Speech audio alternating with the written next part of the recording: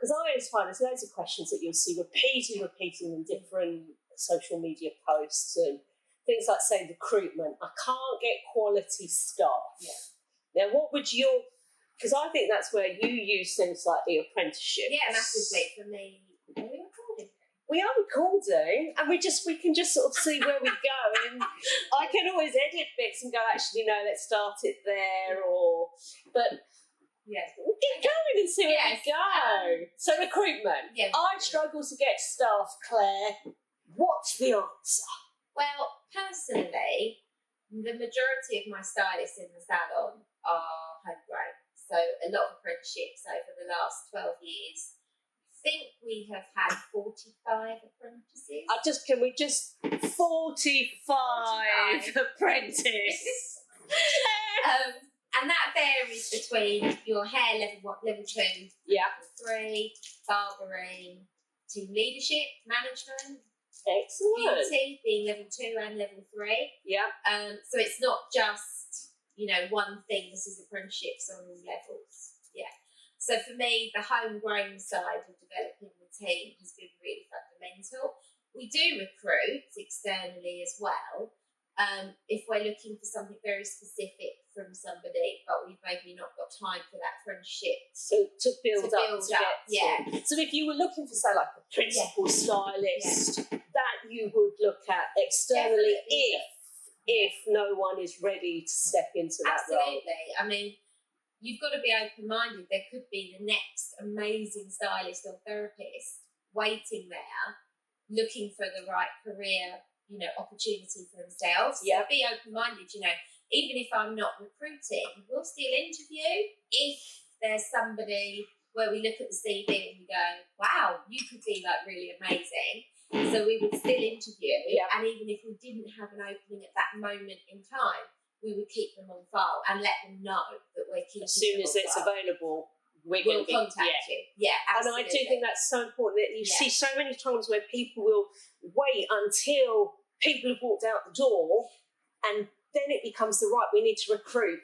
Yeah. To me, it should almost be this always constant. We are always looking for talent, and if you are looking for the place to work, send your CV in, because you just don't know. And 2 weeks later, you could need someone. Absolutely. And they're there waiting for you to pick up the phone. You don't know what's around the corner for your business. You just don't know what's going to be happening tomorrow, let alone in a month's time or a year's time. So to be recruiting, constantly on the lookout for the right person. Yes. But be honest, if the opening isn't yet there, be honest about that. But then again, if they've really enjoyed that interview time with you, they'll probably keep you in mind as well. Yes. Also, along the lines of that, I have actually recruited when I've not needed people before, because I didn't want to let that person slip through the net. I've been in a position a couple of times where I've interviewed a couple of people. They couldn't be more different, but they've both got something that I like. Yeah. And I'm not talking about necessarily a skill set here. I'm talking more about an attitude. Yeah. I'm a great believer in actually recruiting an attitude, because I can train a skill set, but I can't train an attitude. No. Or it's much harder to train an attitude. It's a slower path to take. And difficult path. Yes. So I have actually recruited 2 people when I only needed 1 before. And then that's my job then, to market, to bring the business in, to allow that to happen. And I've done it successfully. Yeah. I'm not going to say it was, maybe the ideal, because technically I only needed 1, but I couldn't let either of those people go. So I had to do it. If someone comes along that you can look at and go, you know what, for my clients, and that will fit into this team, this is the right person. Yes. And I'm not in a position where I can justify with ease the extra wage, but I can't let them go. That becomes then our responsibility to ensure that the marketing goes in place to get them the money through, justifying the wage and allowing you to build. Absolutely. I mean, for the record, I'm not the sort of business owner that will go out and poach staff from another salon either, because I wouldn't like it being done to me, and it has been done to me, and it's pretty tough. And And even as a business owner, I'm a believer in treat people the way you want to be treated. Exactly. So I know a lot of people go, oh, go out and poach stuff from another salon. No, different if they approach me, but I'm not going to go out and try and poach from another business, because I do hate it if that happens. But I think it's about ethics, isn't it? I think when you work, in fact, I was listening to something on the way up, because I believe that when I'm driving, that's my training time. If I've got the opportunity... It's my singing time. No, I've heard you sing. Uh-oh. I have loads of audio books, and I was listening to one this morning. It's one of my favourite people to listen and to read at the moment. Professor Peter Stevens. You should read. You love him. Okay. Cool. And but he talks about how when we work, to really be happy, you have to work with a purpose. And that part of that purpose is that we know what it is we want to do and how we want to treat other people, how our ethics are. Yes. And if we break those, it will make us stressed, unhappy, uncomfortable. And that's not a good place to be getting up every day to be able to go, yay, I can't wait to get in business. Yeah. So I completely agree. Yeah. You know, I never poached. No. I always saw it that if I can have a reputation where other people in the community know that's a place to work for, or that's a person you want to work with, then that's much more They'll important. come to you. Exactly. You don't need to go out there, they will come to you. Yes, and to me, I look at it as just as important to a team as it is to our clients. People will work with us because they like and trust us. Clients will rebook and return because they like and trust us. And that has to be that full circle, both on the team side as well as 100%. our clients. 100%. And I think as well, if we're then working unethically, what does that say to our team? Yes, absolutely. It's okay to be unethical? Yeah, I think, being honest up front and yourself with your team helps to build a really good team unit as well. I'm always 100% honest and upfront. Some people might not agree with the way that I am like that, but I'm with Claire. You've got to be open and honest with people. Yeah. If the business is going through great times, we celebrate it, as a team, and I shout about it. If we're going through difficult times, which every business goes through difficult times, I'm really honest about that with the team as well, because for them to understand why we might be driving the way we are, why we might be having the targets that we've got, understanding the business needs helps them to help the business as a whole be successful. So that's, so that it's that transparency and honesty. What you see with me is what you get. That's it. That's it, it's so true. And I was having a conversation actually at the weekend with a salon owner who explained that, they've had a bit of a rough time recently and they hadn't been open to start with. And actually what they had done over the last couple of weeks was to have that sit down, let me tell you what's going on, let me tell you the facts, and then explain what it is we need from you and how we need to work. And what I loved was that in having that moment of like, right, come on, we need to be honest with them. We need to sit down and have this conversation and be adults and have communication. Absolutely. They said that the following weeks, they'd said everything's changed. Yeah. Because the team have a better understanding of what they need to do. And I'm a great believer in why. Yeah. People need to understand the why. Why do I need to do this? I think from an outsider looking in, and that includes the team as well. When I say an outsider, I mean not the business owner. Yeah. So from an outsider looking in, things always look very buoyant as long as there's bums on seats. But they don't necessarily understand what goes on underneath the surface of that business. It's the do you know the swan and duck talk? Yes. It looks beautiful from above, but underneath it's pedaling like crazy. Like maniac. And it's the same in a business, and I think, this looks physically like quite a big salon, but we're a small business. In actual terms, we're a small business. And we had our toughest year last year, completely hands up honest about that in all the awards that we entered last year. I was honest about that in my entries. 12 years old we turned in February, and last year was by far the hardest in terms of staffing levels due to, people having amazing times in their personal lives with having babies, which is great. We welcomed a record amount of such babies into the team last year. Which is when you have a team and you have a relationship, it's amazing and obviously to watch. But we even got them in on photo shoots, it is amazing, but it challenges the business. Yes. Also, we had unforeseen staff sickness problems. That it goes hand in hand with recruitment. This is what you have. You have human beings. You do, but we are actually a small business. So for a period of, say, 3 months, we actually had a third of our staff out of action. Now, you had a comment you made before we started filming that someone asked you, a client, because clients will ask you questions that we'll look at and think like, what sort of question is that? Said, do you not have spare stylists? I keep them in the cupboard. No, I mean, the thing is, and again, this is a recruitment thing, when people go off on maternity leave, you have a responsibility to that person still to keep their job open should they wish to return. When people are off sick, we want to support them. We want them to get well and come back. So we're not just going to go out and recruit. It can't be done. Plus, yes, with other businesses, yes, you can get temps in. For office work, you can get your temp in. Yeah. I have to ensure that the standard of work being produced by my team is right for our clientele. That they're going to get the same level your of reputation that walks out the door. Absolutely. Yes. So I can't just go, I'm just going to pull in a stylist for 3 months, Magic wand. Never mind the training that they have to go through. When I take a new member into my team, we are looking at a process of at least 6 months inducting training.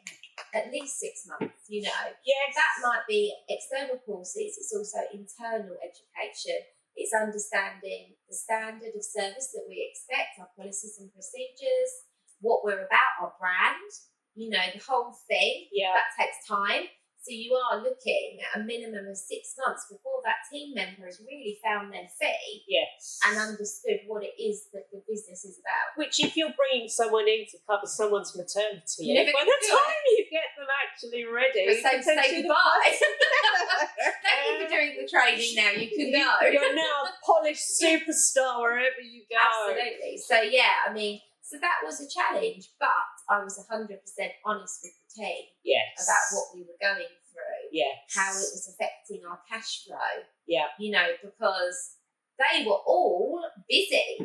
Obviously they were. We were down so many staff. So from where they were sitting, they were busy and they were earning commission. Okay, so they might have been earning better because they were busier. They weren't asked to do more hours or anything like that. Yeah. But, if they wanted to, brilliant, come on, bring it in, But, the opportunity for them to develop their personal business was actually quite great. But for the business, we were losing a lot of income. Yeah. So although that person may have personally been busier, the salon as a whole wasn't. Yeah. And it's getting them to understand the bills are still the same. Yes. The outgoings are all still there, but we're not generating the same. So it's having to be very honest about where can we make a difference here? How can we make a difference? So being much tougher on our budgeting, being much tougher on, ensuring that the team are on board with giving that perfect service to our clients. Yes. So that the clients still believe in us even when the going gets tough. Yes. Does that kind of make sense? Absolutely. Because I think the thing is, when things are difficult, if it impacts what our clients are experiencing, at some point you're going to come out the other side. Yeah. But if you come out the other side and you've hacked off of your clients, then you're not going to come out. You're still going to be down, but now you've got a bigger wage or more people to actually keep busy in the salon. So keeping the clients happy when things are difficult, not letting it drop the standard of the service that's 100%. Given. Yeah. It's like if you watched on Gordon Ramsay when he's gone into different restaurants, and what do? They don't keep their fresh food coming in. They suddenly cut costs as much as they can and end up then with their frozen prawns and end up with a lower quality service. Absolutely, and I think that's the key thing here, not lowering your standards when the going gets tough. Still investing in the education of your team, still investing in the best brands that you can be using within the salon, so the clients have that reason to keep on coming back. Yes. And also, it's not fair on the team that are in here working if things start, diminishing and being, less wonderful for them. Well, one of the most important ways that people keep staff long term, which I'm going to ask you a question on in a second. Okay. Keeping long term staff is about investing in training. Yeah. You could Google it, you'll find what do people want from their careers. Yeah. And a big part of that is development, personal development. Otherwise it gets boring. Yes. I go to work, do the same thing, don't really feel appreciated. And if I don't get anything other than my wage, then eventually, the horizon and the grass just starts to appear a bit better over there. And that's when we then have that walk out of staff, people leaving. Yeah. What's the current average retention year of your staff? 7 years is the average that people stay with Claire. Yeah. And that is hats off to you, a compliment and down to how you work. Because people wouldn't stay here if it wasn't a place to be developed and to gain something. What's the longest serving member? It's got to be Nicola, isn't it? Nicola, my manager. So, Nicola has been with me since I opened the salon. In fact, she was with me before I opened the salon. I was going to say, she was she was with me before I opened the salon. She was my apprentice. She actually started working in the salon, the Sac salon that I was a stylist in, as an apprentice, and then I took over her apprenticeship when I opened the business. So she's never worked anywhere else? Yes. Oh, she has? She did. She worked briefly in another salon. Did she come running back? Or was that it was before. It was before. So Since really, starting with me, she's never worked anywhere else. So exactly. She must be 14 years? It would be about 14 years now. Yeah. So longest standing from a youngster. 14 years, and now manages. Yeah, she manages. So her career, I think, is just, for me, the example of what can be achieved. Absolutely. She started as an apprentice, then she was a stylist and a senior stylist. She did her L'Oreal colour degree. She did all of her Saks trainings, all the signature colours, and then she... I remember her coming on management training with me, probably over at Windsor. Yes, it would have been at Windsor, So... There's like 2 or 3 of you, this little row sitting at the back right away. That would be right. So, and then, she really wanted to get into management. She's a cracking hairdresser. I don't think she realises how good a hairdresser she is. Amazing. Yeah. I think generally full stop, she doesn't realise how incredible she is. Absolutely. She's going to watch this and die. She's going to kill me. She'll be blushing. She will be blushing. But it's nice. It is. So she started doing her assessor's qualification. We both did that together. So she was getting involved with training the apprentices as well and getting into team leadership. So she did her team leadership MBQ, her management MBQ, and now she is full-time salon manager. So she basically only does clients now when she's filling in if somebody's off sick or something like that. Yeah. Or helping out.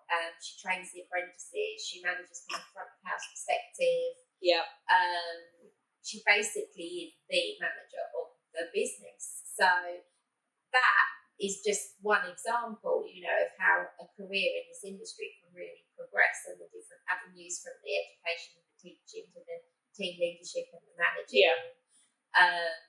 But she's my longest standing. There are a lot of long standing. There are. Well, 7 years is the average that they're staying, and that just. And I think one thing I'd then like to ask you, because I see a lot of people who we won't always get the best apprentice come through. It won't always be right, and there'll be those who perhaps think they want to join our industry. Yeah. or perhaps teachers who have sort of seen it as like they're not the brightest spark, so be a hairdresser or be a therapist. That really annoys me. Oh, doesn't it just drive you mad? Yeah. You know, we're not the reject industry. You've got to want to be in this. And if people arrive and they're young, they don't know what they want to do. They're still learning who they are as a human being, let alone what am I going to do for the rest of my life. Absolutely. And so they will come and go. I see sometimes people who get to that point where it's like, that's it, I'm not doing apprenticeships again. It is more aggravation than it's worth. Yeah. Okay, so I've had those apprentices. It's not all plain sailing. No. We do have apprentices who start for the wrong reasons. That's one of the biggest problems. So I think when you're interviewing them, being really upfront about the industry, what it's about, asking the relevant questions. I will always say to them, what is it about this industry that makes you want to be part of it?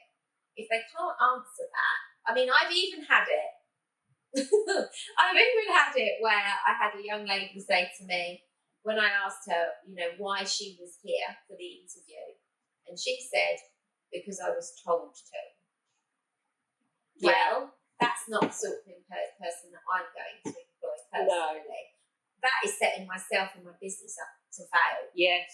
So it's her as well, because then she's going to get to a point where actually, I've come into this and I was told I had to do it, and I was told this is where I should be, and I'm then in a position where either I've got to admit to other people or to adults that I am not happy, or I'm going to put up with something that is not making me happy. And that's not good if you're 17, 18 years old and you haven't yet found your voice. Yeah. We've had, in level 2 hairdressing, I think we've had 16 apprentices. I think that's the right stat. 13, I think, of those went on to do level 3.